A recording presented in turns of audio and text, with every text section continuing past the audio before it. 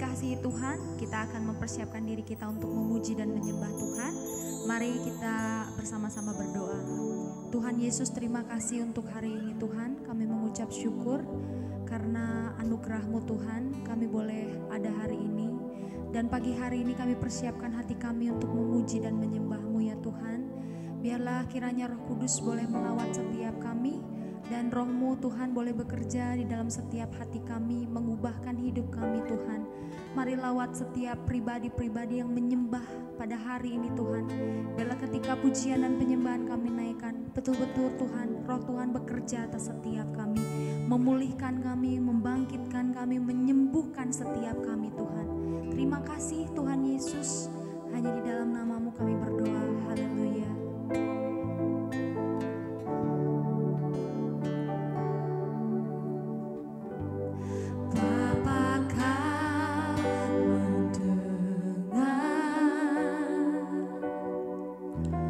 Seruan hatiku,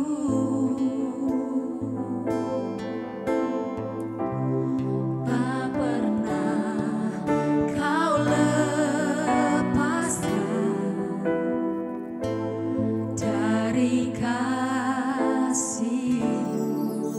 Lewati lembah, lewat lembah gelap, Kau temani aku.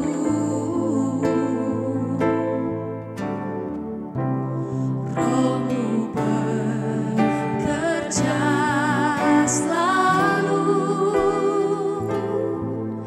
untuk kebaikanku. Mari mengalir kuasa dari tempat maha tinggi. Bapa kekal mulia, Kau hadir di sini, memulihkan hati, menyembuhkan yang terluka. Ku kan tenang bersama-Mu, Bapa. Tenang bersama-Mu,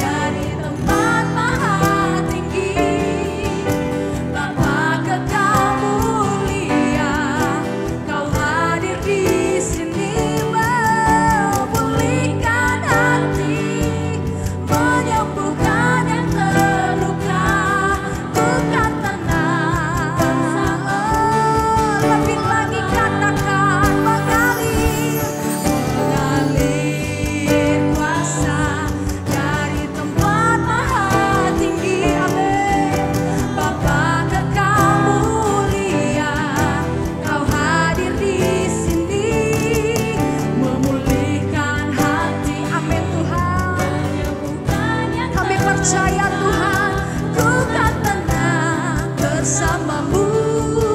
Bapa, ku kan tenang, ku kan tenang bersamamu. Bapa, ku kan tenang, ku kan tenang bersamamu. Bapa, kami tenang bersamamu.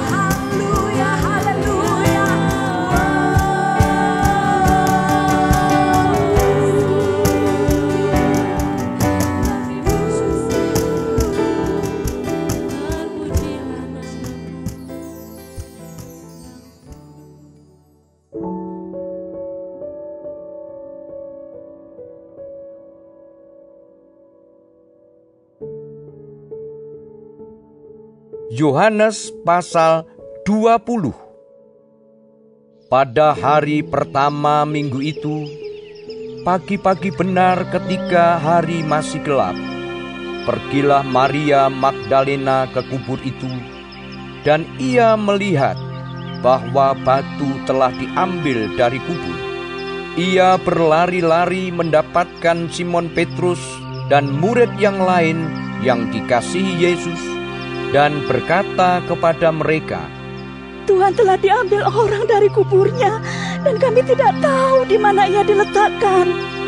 Maka berangkatlah Petrus dan murid yang lain itu ke kubur. Keduanya berlari bersama-sama, tetapi murid yang lain itu berlari lebih cepat daripada Petrus, sehingga lebih dahulu sampai di kubur. Ia menjenguk ke dalam dan melihat kain kapan terletak di tanah. Akan tetapi ia tidak masuk ke dalam. Maka datanglah Simon Petrus juga menyusul dia dan masuk ke dalam kubur itu.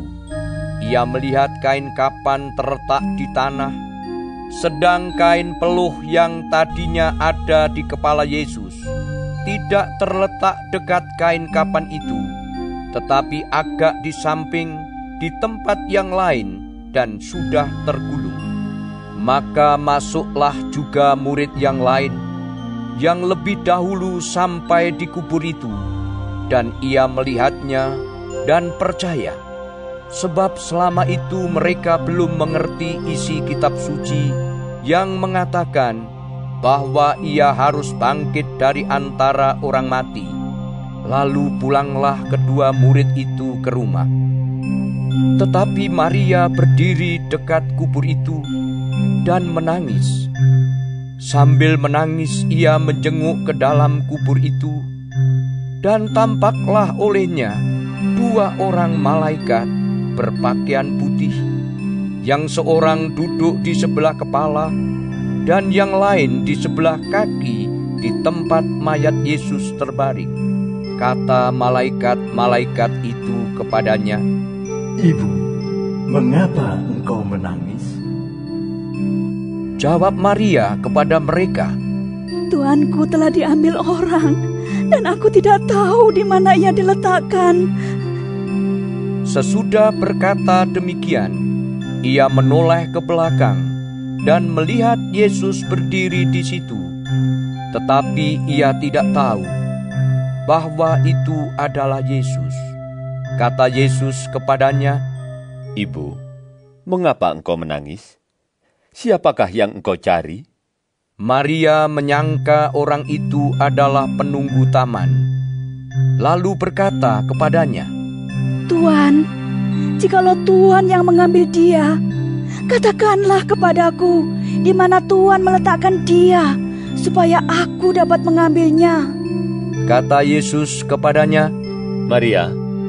Maria berpaling dan berkata kepadanya dalam bahasa Ibrani, Rabuni, artinya guru.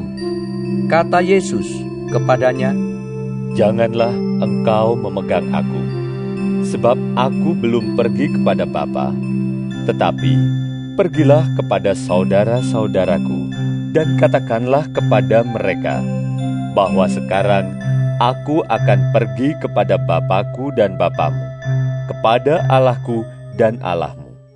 Maria Magdalena pergi dan berkata kepada murid-murid, aku telah melihat Tuhan. Dan juga bahwa Dia yang mengatakan hal-hal itu kepadanya. Ketika hari sudah malam pada hari pertama minggu itu, berkumpullah murid-murid Yesus di suatu tempat dengan pintu-pintu yang terkunci, karena mereka takut kepada orang-orang Yahudi. Pada waktu itu datanglah Yesus dan berdiri di tengah-tengah mereka dan berkata, Damai sejahtera bagi kamu. Dan sesudah berkata demikian, Ia menunjukkan tangannya dan lambungnya kepada mereka. Murid-murid itu bersuka cita ketika mereka melihat Tuhan. Maka kata Yesus sekali lagi, "Damai sejahtera bagi kamu. Sama seperti Bapa mengutus aku, demikian juga sekarang aku mengutus kamu." Dan sesudah berkata demikian, ia mengembusi mereka dan berkata, "Terimalah Roh Kudus. Jikalau kamu mengampuni dosa orang, dosanya diampuni. Dan jikalau kamu menyatakan dosa orang tetap ada, dosanya tetap ada." Tetapi Thomas, seorang dari ke-12 murid itu, yang disebut Didimus, tidak ada bersama-sama mereka ketika Yesus datang ke situ. Maka kata murid-murid yang lain itu kepadanya, "Kami telah melihat Tuhan." Tetapi Thomas berkata kepada mereka, "Sebelum aku melihat bekas paku pada tangannya, dan sebelum aku mencucukkan jariku ke dalam bekas paku itu, dan mencucukkan tanganku ke dalam lambungnya, sekali-kali aku tidak akan percaya." 8 hari kemudian, murid-murid Yesus berada kembali dalam rumah itu, dan Thomas bersama-sama dengan mereka. Sementara pintu-pintu terkunci, Yesus datang, dan ia berdiri di tengah-tengah mereka dan berkata, "Damai sejahtera bagi kamu." Kemudian ia berkata kepada Thomas, "Taruhlah jarimu di sini, dan lihatlah tanganku. Ulurkanlah tanganmu dan cucukkan ke dalam lambungku, dan jangan engkau tidak percaya lagi, melainkan percayalah." Thomas menjawab dia, "Ya Tuhanku dan Allahku." Kata Yesus kepadanya, "Karena engkau telah melihat aku, maka engkau percaya. Berbahagialah mereka yang tidak melihat, namun percaya." Memang masih banyak tanda lain yang dibuat Yesus di depan mata murid-muridnya, yang tidak tercatat dalam kitab ini, tetapi semua yang tercantum di sini telah dicatat, supaya kamu percaya bahwa Yesuslah Mesias, Anak Allah, dan supaya kamu oleh imanmu memperoleh hidup dalam nama-Nya.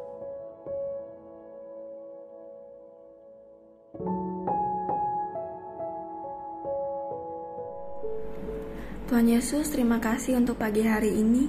Terima kasih untuk berkat yang boleh kami terima dari malam sampai dengan pada pagi hari ini.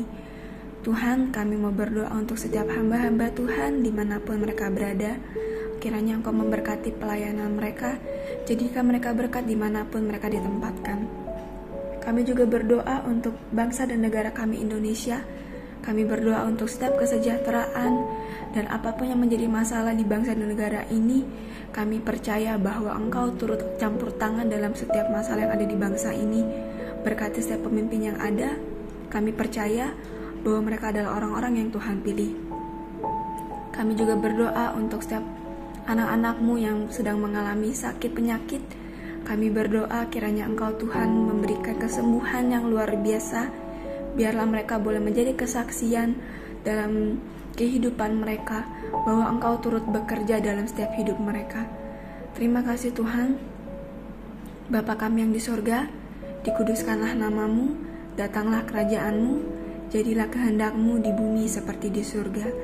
Berikanlah kami pada hari ini makanan kami yang secukupnya, dan ampunilah kami akan kesalahan kami, seperti kami juga mengampuni orang yang bersalah kepada kami.